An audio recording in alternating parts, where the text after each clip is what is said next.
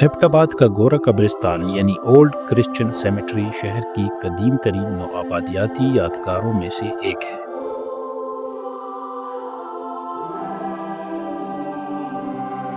یہ قبرستان 1853 میں قائم ہوا جب برطانوی دور میں ایبٹ آباد کو بطور فوجی چھاؤنی اور پہاڑی صحت گاہ کے طور پر آباد کیا گیا تھا۔ یہ قبرستان ان عیسائی فوجیوں، افسروں اور ان کے خاندانوں کے لیے بنایا گیا تھا جو برطانوی ہند کے افواج میں خدمات انجام دیتے تھے۔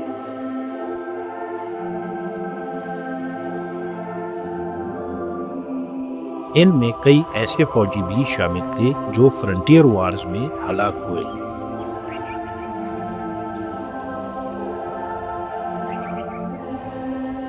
یہاں کئی اہم قبریں موجود ہیں جیسے major Boris James, major Lee Richmond Beatty, colonel A.W. Cruickshank, reverend Henry Fisher carbon.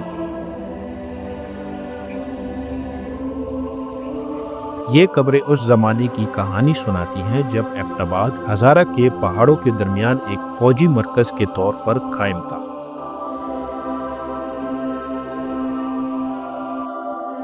Wikipedia کے مطابق اس قبرستان کی تعمیر 1853 میں ہوئی، مگر یہاں پر سب سے پرانی قبر 1816 کی ہے۔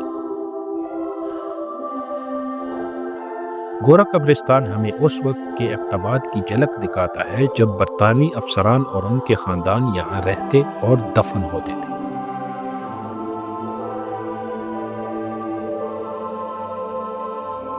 گورا قبرستان کا نام خود اس بات کی نشاندہی کرتا ہے کہ کس طرح مقامی لوگ غیر ملکیوں کی تدفین کی جگہ کو یاد رکھتے آئے۔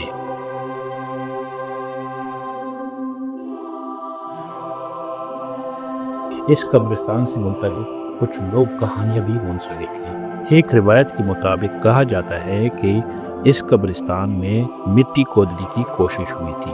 مقامی روایت کے مطابق ایک رات کچھ لوگ اس قبرستان کی پرانی قبر کے پاس گئے۔ انہوں نے مٹی کھودی، خزانے کی تلاش کی۔ مٹی کھودنے کے بعد اچانک ہوا کا جھونکا آیا، فضا ساکت ہو گئی اور وہاں موجود افراد جگہ چھوڑ کر بھاگ گئے۔ اس کے بعد سے بعض لوگوں کا کہنا ہے کہ قبرستان کی اس مخصوص جگہ پر جنوں یا پریوں کی موجودگی کا اظہار ہوتا ہے جو خزانے کی حفاظت کرتی ہے۔ ایک اور روایت کے مطابق رات کو قبرستان کے ارد گرد پرانے وقتوں کی فوجی گاڑیاں گزرنے کی آواز سنائی دیتی ہے یا خاموشی میں پتھروں کے ٹکرانے کی آواز محسوس ہوتی ہے۔